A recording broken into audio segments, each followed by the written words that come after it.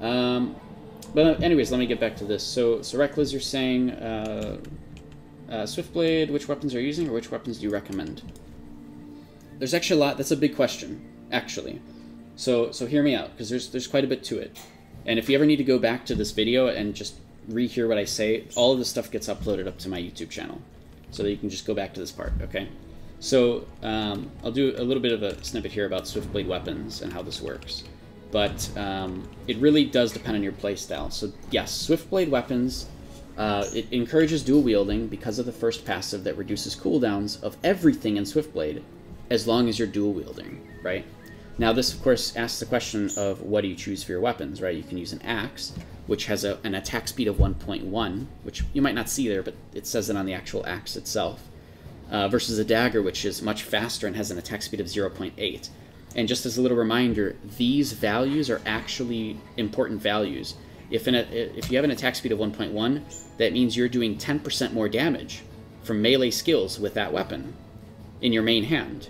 However, you're doing them 10% slower, so there's sort of a fallback there. You have more damage, but you're doing them much slower. Slower animation time, slower global cooldown time for melee skills. Now, a dagger, of course, has a much faster attack speed of 0.8, which means you actually do 20% less damage with your attacks if this is in your main hand. However, you're doing them 20% faster, which means you can get off tons of things significantly faster than your opponent might. You can use, like, you can see how this works, right? Dagger in my main hand, much faster, versus an axe in my main hand, which is about 30% slower than my dagger right now. So choosing a weapon here is kind of important. Do you want to go for some speed? Do you want to go for damage? Speed is damage in many cases, as long as you play it right. Speed also means you can get off crowd control first. So now Swiftblade is a little different in addition to this, okay, because that's for all melee skills. But for Swiftblade, we have something else. We have offhand damage. We have an actual calculation that looks at your offhand weapon and says, that's the one that we're going to pretend for this attack is doing damage. As if this is the actual thing you used in your main hand. This attack is calculating with that hit, right? This is important because your offhand damage not only is calculated here, but in all of those offhand attacks, the crit damage of that particular attack is increased by 50%. So if you're a crit build, you kind of want to think about this. Your offhand could actually be more damaging than your main hand, because all of those offhand attacks are actually getting more crit damage on top of them, which is something you want to think about. So there's a lot of ways to play Swiftblade then. You can play him with 2 axes in your hands and play a big crit damage build, because now both of your axes at 1.1 attack speed means that you're actually doing 10% more damage, although a little slower. Your offhand is helping do even more damage with these offhand attacks, which is pretty cool. Now, the reason I chose axe and dagger was because I do frequently switch these two, and I want the option to be able to play very quickly if I need to. If I ever need to do something and I need much faster attacks, I can do that. I can just switch them at will. However, this does mean that my offhand attacks for Swiftblade do significantly less damage because I'm using a dagger for those attacks. And so those particular hits off of these, you know, those damage, those particular damage marks is going to do, you know, 30% less damage, as if, you know, instead of me just having 2 axes or something. So this is a way that I personally chose to play, because I want to be able to switch these frequently and have different options in battle, right?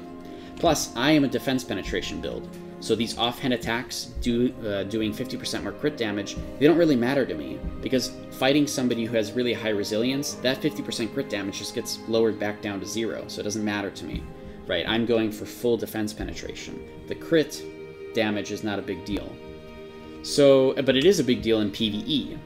So technically I can switch up, you know, dagger for main hand and actually get those offhand attacks working really, really well for my axe quite nicely. So it is still a choice I can make and actually benefit from. Plus I can do things faster in PvE. This is personally why I chose axe with a dagger offhand. Now, I might still work on a second axe just to be able to switch, you know, from between them or whatever, but that's something I might, like a choice I might make later on. But generally, that's why I've decided these things and why I do it. But there's so many different ways you can play with Swiftblade. You can play with 2 daggers if you wanted to, although I wouldn't necessarily recommend it. because you're not really gaining the value on your offhand there.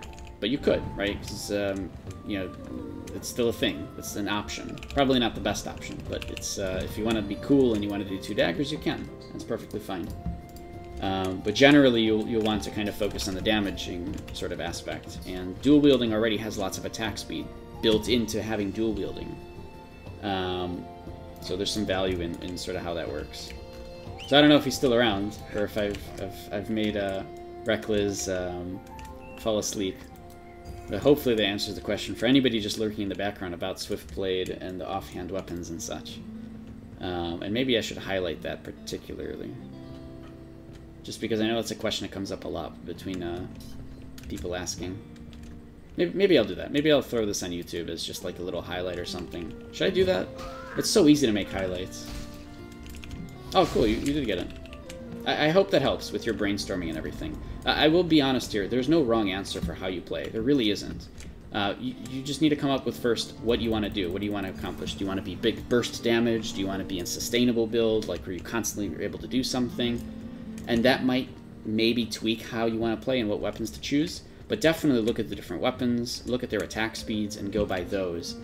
And think about, you know, are you going to be a crit build? Are you going to be a defense penetration build? How are you going to use these skills? There's a lot to it. Now, again, this is just another reason why I'm saying, please, anybody lurking in the background, if you have any questions at all, ask them. This game is so ridiculously complex, but it is the complexity that I so much enjoy, and why I love the game so much. So, you know, because it is so complex, because there is so much to learn. And, you know, if you're not trying to figure out the answers to these things, you're going to be kind of behind in that sense. So in PvE, do you prefer dagger and main hand? And in PvP, would you swap to axe? Yes, I do that, usually. I don't do it lately because it uses up so much mana. So you know, because with a dagger and main hand, I have to constantly be spamming skills all the time, non-stop. So my mana just decides... You know, I let go of my mana like it just dropped it in a lake, just instantly. Like I'm on a bridge and I just let go of a basket with all my mana in it, and it's gone. And it makes a pretty good puddle at the bottom because there were bricks in there. This is a terrible metaphor, but whatever. I don't care. I'm sticking with it. I'm sticking with it. So, so because of that, I don't always do the dagger and main hand thing because I don't want to keep spamming mana potions. But it is really great for damage, especially if I am able to just keep spamming all of these different Swiftblade abilities correctly, because the offhand there does work quite nicely with the axe, and the crit rate that I get from it, the crit damage that I get from it, and the, you know, combined all of that with the fact that it's an axe, so it does more damage. I mean, there's so much stuff. But, you know, the mana loss is kind of a problem, too.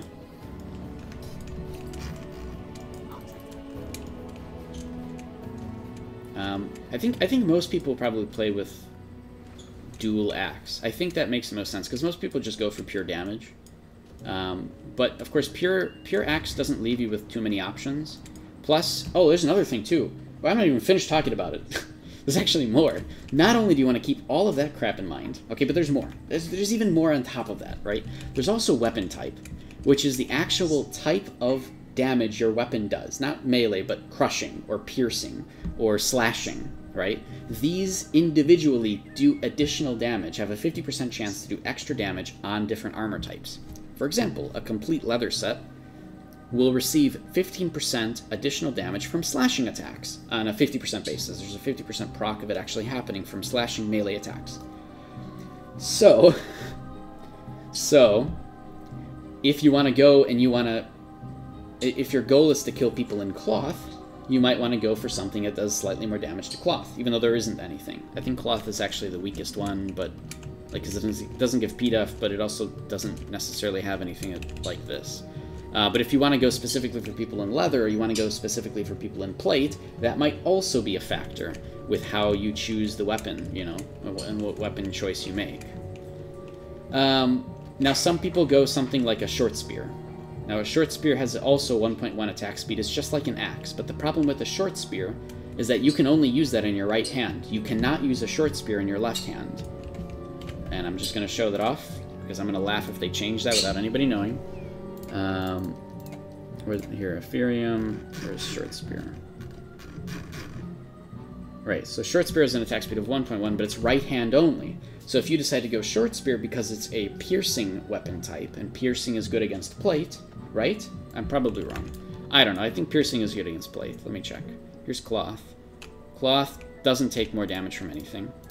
Even though I think it does, even it just doesn't say. I think it takes 3% more damage from something, but it's just undocumented. Is there anybody here in plate?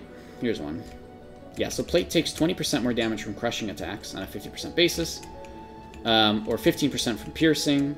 So you can go short spear, but then you're locked in on short spear, because you cannot take your short spear and move it into your offhand to switch them. Right, your main hand is now a short spear, done. Whereas I like axe and dagger because I can switch them up, right? And the axe still has a 1.1 attack speed. Man, the axe is just better in every way than a short spear, isn't it? It actually is. And I just realized why. Piercing on a short spear does 15% more damage to plate. And that's its proc, that's its thing. Whereas crushing does 20% more damage, and that's its thing. So it's just better to have an axe than a long spear. Or a short spear. Or a long spear. Plus, a short spear, you're also locked into it. So yeah, it's... Man, that's kind of sucks, actually. Yeah, I remember thinking about this a while back, that short spears are kind of getting the short end of the stick. No pun intended.